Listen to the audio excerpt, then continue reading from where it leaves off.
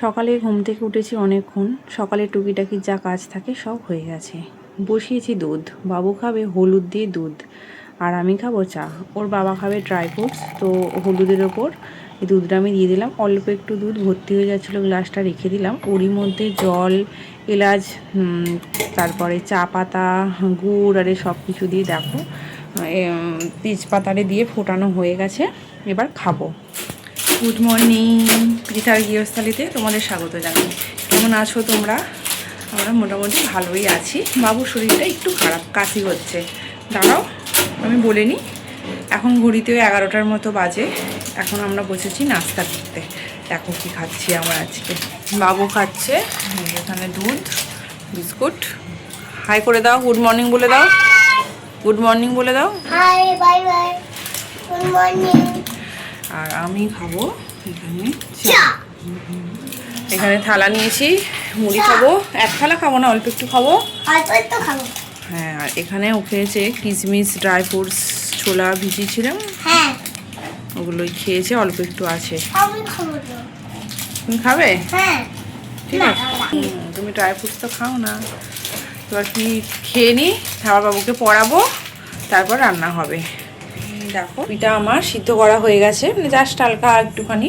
আর এখানে সব রকম সবজি কেটে রেখেছি, শিম, আলু, মটরশুঁটি, টমেটো আর পেঁয়াজটাও কাটা আছে। আর হবে এখানে মাছটা এবার ভাজবো, হবে মাছের ঝাল। আদাটা কিন্তু বাটা আছে, বাটবো শুধু রসুনটা। তো দেখতে থাকো ভিডিওটা, আমি তাড়াতাড়ি করে রান্না করে নিই। মাছ তো ভাজছি এদিকে, আর ওদিকে চলো মিষ্টি আলুটা দেখো। তোমাদের কিন্তু প্রত্যেক দিন আমি রিভিউ দেখাচ্ছি কতটা করে শিকড় বড় হলো। এবার ওর জন্য একটা গ্লাস কিনবো। তো তারপর এদিকে মাছগুলো আবার চলে এসেছে উল্টাতে, একদিকটা ভাজা হয়ে গেছে। দেখো ছাদগুলো আজ পরিষ্কার করেছে। কালকে কিন্তু কুড়ি আছে, দেখো ফুল হবে। আজকেও চাল ধোয়া জলটা দেবো। আর এখানে বাবু করছে, খেলা করছে। দেখো কতগুলো গাড়ি, কত গাড়ি সব এখানে ভাঙাচোরাগুলো আছে। এখানে মোটামুটি যেগুলো রাশিক ক্ষেত্র গাড়ি। আর সাইকেলটা আছে ওই দূরে। দেখি গোপু, হাই করো আন্টিদের। খেলা করছো? এখানে আবার কি সব সাজিয়েছে, একা একাই খেলা করে। বাই বাই করে দাও।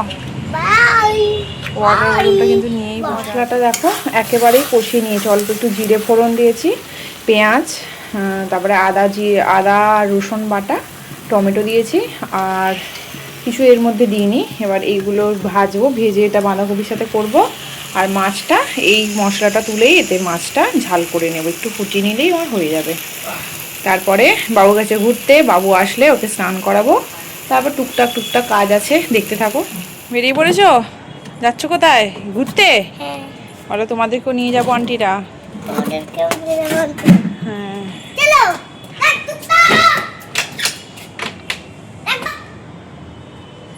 রেডি হয়ে নিয়েছি।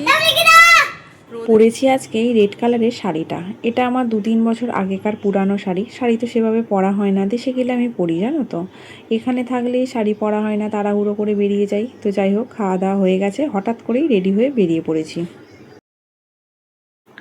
তো এটা তো তোমাদের চেনা রাস্তা, প্রত্যেক দিনকার মতো যখনই আমরা কোথাও যাই এটা দিয়েই বেশিরভাগ দিন যাই, আর সেটাই তোমাদেরকে দেখাই। তো দেখতে থাকো ভিডিওটা। কোথায় যাই তোমাদেরকেও সাথে করে নিয়ে যাব। এই দেখো সেই জুরাসিক পার্ক গার্ডেনটা।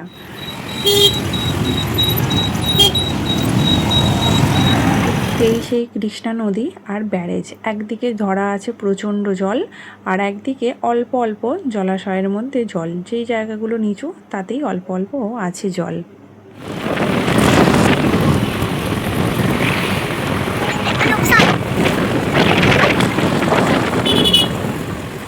অল্প অল্প যে জলগুলো আছে তার মধ্যে কিন্তু কিছু লোক আবার মাছ ধরছে, সেটাই জুম করে তোমাদের দেখালাম।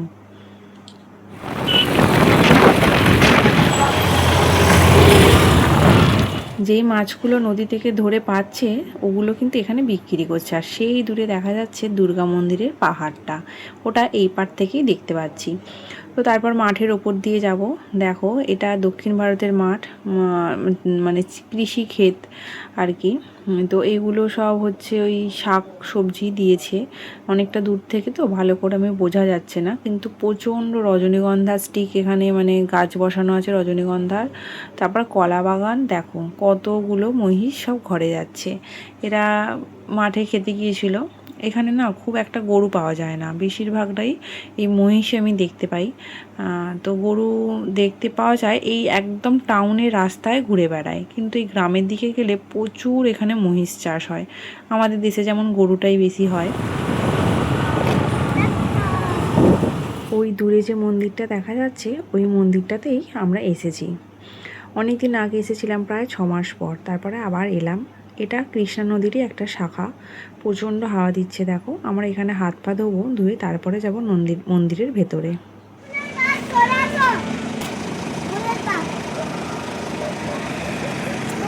চলো। এটা দক্ষিণ ভারতের একটা খুব ফেমাস একটা মন্দির, কোটি লিঙ্গেশ্বর। কোটি কোটি শিবলিঙ্গ এখানে নাকি প্রতিষ্ঠিত আছে।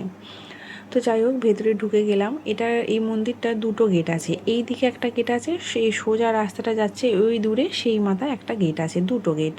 তো যাই হোক, আমরা এই দিকের গেটটাতেই ঢুকলাম, কেননা নদীতে আমরা হাত পা ধুয়ে ঢুকবো তার জন্যই। আর এই গেটটা দেখো, দেখালাম সুন্দর করে কারুকার্যভাবে করা আছে গেটে। মন্দিরে সব জায়গাতেই একই রকম। এই মন্দিরটা হচ্ছে মেন শিব মন্দির, কিন্তু এই মন্দিরটা আমরা ঢুকতে পারলাম না, কেননা একটু ঘুরে যেতে হবে, তার জন্য আমরা ভাবলাম যে থাক, আমরা সামনের পরের মন্দিরটায় ঢুকবো। তো তারপর কানে আমি একটা ফুল তুলে গুঁজে দিলাম। আর এই যে এখানে আমি দেখছিলাম ফুল গাছ, যেহেতু আমার কাছেও গাছ আছে, আমার কোথাও দেখলেই মনে হয় কি। এই মন্দিরটা হচ্ছে ওই বড় মেন মন্দিরের পরের মন্দিরটা। এখানে শিব দুর্গা তার সব সন্তানদের নিয়ে বিরাজমান। তো আমরা ভেতরে ঢুকলাম, বাবু আর ওর বাবা আগে চলে যাচ্ছে দেখো, আর আমি গোটা মন্দিরটা তোমাদের দেখালাম। এটা হচ্ছে কোটিলিঙ্গেশ্বর, শুধু যে শিব ঠাকুরই আছে তা না, এখানে কিন্তু সব রকম ঠাকুরই আছে। ব্রহ্মা, বিষ্ণু, তারপরে গণেশ, মনসা, সব রকম ঠাকুরই এখানে আছে। দেখো ঢুকেই তো প্রথমে চোখটা ধাঁধিয়ে গেল, নামের সাথে কত মিল। কোটি লিঙ্গেশ্বর যেমন নাম, তেমন কোটি কোটি শিব ঠাকুর। আর এখানে আরও একটা আছে, যেটা পুরোহিত মশাই থেকে জানতে পেরেছিলাম, যে এখানে নিজস্ব পার্সোনালভাবেও শিবলিঙ্গ প্রতিষ্ঠা করা যায়। তার জন্য আমরাও কিন্তু কিছুদিন আগে শিবলিঙ্গ প্রতিষ্ঠা করে গেছি। দেখো কত কত শিবলিঙ্গ। কোটিলিঙ্গেশ্বর যেমন নাম, তেমন নামের সাথে কিন্তু মন্দিরটাও এইভাবেই তৈরি। প্রত্যেকটা জায়গায় প্রচুর প্রচুর শিবলিঙ্গ আছে, শুধু ভেতরে না বাইরেও আছে। আর দেখো, যেটা তোমাদের বলছিলাম, গণেশ ঠাকুর চতুর্দিকটাই সুন্দরভাবে গণেশের মূর্তিগুলো ছোট ছোট করে মন্দিরভাবে স্থাপিত করা আছে। এখানে প্রত্যেকটা গণেশ ঠাকুরের আলাদা আলাদা রূপ তোমরা এখানে দেখতে পাবে। বিভিন্ন জায়গার যে গণেশের মূর্তি, সেই গণেশ ঠাকুরের মূর্তিগুলোই কিন্তু এখানে সুন্দরভাবে তুলে ধরা আছে। তো যেমনটা বললাম, তো বাবু তো আবার নন্দী মহারাজকে প্রণাম করছে, তারপর ওর বাবা ওর মনস্কামনাটা জানালো। তো তারপর আমি তোমাদেরকে আরও একবার ভালোভাবে দেখিয়ে দিলাম। আমরা যখন 6 মাস আগে শ্রাবণ মাসে এখানে শিবলিঙ্গ প্রতিষ্ঠা করতে এসেছিলাম, তখন কিন্তু এই শিবলিঙ্গের কাছেই আমরা সেই ছোট্ট শিবলিঙ্গটা অভিষেক করিয়ে এখানেই মানে পুজো করে প্রতিষ্ঠা করেছিলাম। ভগবান যে অনন্ত অসীম, এই জায়গা তারই চাক্ষুষ প্রমাণ। যারা ভোলানাথের ভক্ত, তারা কিন্তু আমার এই ক্যামেরাবন্দি ভিডিওটা খুব পছন্দ করবে, আমিও ভীষণ খুশি হব তাতে। এটা হচ্ছে জ্যোতির্লিঙ্গ, যেদিক দিয়ে দেখছি যেন মনে হচ্ছে জ্যোতি বার হচ্ছে। তো তারপর আমরা একটু ছবি টবি তুলে নিলাম, তারপর এখান থেকে বেরোবো আর একটা মন্দিরে। এই মন্দিরটাও পুজো দিলাম। এখানকার মন্দিরগুলো এইভাবেই নির্মাণ করা আছে। একটা মন্দির থেকে যখন বার হব, তখন আরও একটা মন্দিরে প্রবেশ করব। এইভাবে একটার পর একটা মন্দিরের সাথে আর একটা মন্দিরের কানেক্ট করা আছে। তো যাই হোক, এইখানে কিন্তু দেখো কত মানে জায়গা পজিশন করা আছে। এই যে এই খোপগুলো করা আছে, এর মধ্যে কিন্তু শিবলিঙ্গগুলো প্রতিষ্ঠিত করে রাখা আছে। এখানে আমাদের শিবলিঙ্গটাও কিন্তু আমরা যে প্রতিষ্ঠা করেছি এখানেই আছে। আর এটা হচ্ছে মা কালভৈরবী, যার বাহন সিংহ। আর এই মন্দিরটা 1993 সালে প্রথম স্থাপিত হয়েছিল। হয়তো একটা শিবলিঙ্গ নিয়ে প্রথম স্থাপিত হয়েছিল, তারপর হাজার হাজার কোটিতে পরিণত হয়েছে, যার জন্য এই শিব মন্দিরটার নাম কোটিলিঙ্গেশ্বর। আর এখানে আরও একটা আছে যেটা নিয়ম, প্রত্যেক দিন দুপুরে কিন্তু বিনা পয়সায় ভোগ দেওয়া হয়, ভাত তরকারি নিরামিষ খাবার যেটা হয় মন্দিরে আর কি। আর এই দেখো বাবু যে ঠাকুরটা হাত দেবে, দেখো এই ঠাকুরটাই আমরা, এই শিবলিঙ্গটাই আমরা প্রতিষ্ঠা করে গিয়েছিলাম শ্রাবণ মাসে। তো বাবু এখানে লাফালাফি করছে, চলো তোমাদেরকে কালভৈরব ঠাকুরটা দেখে আসি। এই যে এটা হচ্ছে কালভৈরব বাহন কুকুর। আর এই যে মন্দিরটা, এই মন্দিরটা আমি ঢুকিনি, তোমাদেরকে একটা আমি এই মন্দিরের বড় ঠাকুরের ছবিটা আমি দিয়ে দেবো, সাইডে আছে আমার কাছে, আমি যখন এসেছিলাম প্রতিষ্ঠা করতে তখন আমি তুলেছিলাম। তো আজকে তোলা হয়নি, ভেতরে আমি যাইনি, সন্ধ্যা হয়ে যাচ্ছে, বাড়ি ফিরতে হবে। এখন কিন্তু ক্যামেরায় দেখে মনে হচ্ছে না যে সন্ধ্যা হয়ে যাচ্ছে, কিন্তু একদম প্রায় সন্ধ্যা হয়ে যাব অবস্থাতেই আছে। তো তারপর আমি একটু দেখিয়ে দিলাম, আমার সাথে গোটা মন্দিরটা তোমাদের ঘুরিয়ে দেখালাম। অনেক বড় এরিয়া, গোটা মন্দিরটা ঘুরতে প্রায় 1 থেকে 1.5 ঘন্টার ওপর টাইম লাগবে ঠিকঠাক করে ঘুরতে। তো তারপর দেখো দেখতে পেলাম আমি এটা, তোমাদেরকেও দেখালাম একটা বেল গাছ। তো আরও হয়তো ভেতরে আছে জানি না, এটা গেটের সামনে একদম আমার চোখে পড়লো যেটা। এই মন্দিরটা কিন্তু খুব জাগ্রত একটা মন্দির, আমরা এখানে প্রায় আসি, কিন্তু লাস্ট এসেছিলাম 6 মাস আগে, তারপর থেকে এই আবার আসলাম। তো আমরা একটু ছবি তুলে নিলাম। আর মন্দিরের সামনের দিকটা চারপাশটা পুরো সবুজে সবুজ, চারিদিকে চাষ হয়েছে।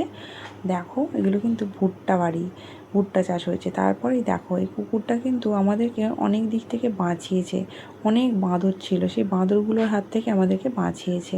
তার জন্যই ওকে একটু বিস্কুট খাওয়ানো হলো, খিদে পেয়েছিল। আর এদিকে বাবু খাচ্ছে জল। তো তারপরে দেখো আমরা বেরিয়ে পড়েছি, এবারে যাব বাড়ি। দূর থেকে মন্দিরটা কত সুন্দর লাগছে, সব লাইট জ্বালানো হয়ে গেছে। ধরেছি এবার বাড়ির পথ, বাড়ি যেতে হবে তো নাকি, সন্ধ্যা হয়ে গেছে দেখো মন্দির থেকে বেরোতেই। আর এই রাস্তাটা দেখেছো কত সুন্দর, একদম সাজানো গোছানো, নিট অ্যান্ড ক্লিন। বাড়ি চলে এসেছি, এখন বাজে 7টা। দেখাবো নাকি তোকে? দেখাবো বাবুর ওপর। হরলিক্স খাবে? ও হরলিক্স খাবে। আর চেঞ্জ করে নিই, আমি একটু চা খাবো, 7টা এখন বাজে। চা সাথে বিস্কুট খেয়ে অর্ধেক করে দিয়েছি। দেখি হাতটা সরাও, বাবু এখানে খাচ্ছে হরলিক্স বিস্কুট দিয়ে। এবারে এইটা পরীক্ষা হবে, এক্সাম, এইটা পড়বে। তাড়াতাড়ি নাও, খেয়ে নাও, পড়তে হবে। তো দেখতে থাকো ভিডিওটা, কেমন লাগলো অবশ্যই কমেন্ট করে জানাবে। আর যদি ভালো লেগে থাকে অবশ্যই একটা লাইক করে যেও। তো দেখো বাবুকে পড়াচ্ছিলাম, পড়ানো হয়ে গেছে। তারপরে একটু এডিটের কাজ করছিলাম, হয়ে গেছে। রান্নাও হয়ে গেছে, চলো তোমার রান্নাটা দেখিয়ে দিই। লাল লাল সয়াবিনের তরকারি, আর এখানে আছে ভাত। তো আজকে আমরা এটাই খাবো। আর দুপুরের একটু বাঁধাকপি তরকারি আছে, আর বসাবো ডিম সিদ্ধ। ওরা বাবা আর ছেলে খাবে ডিম সিদ্ধ।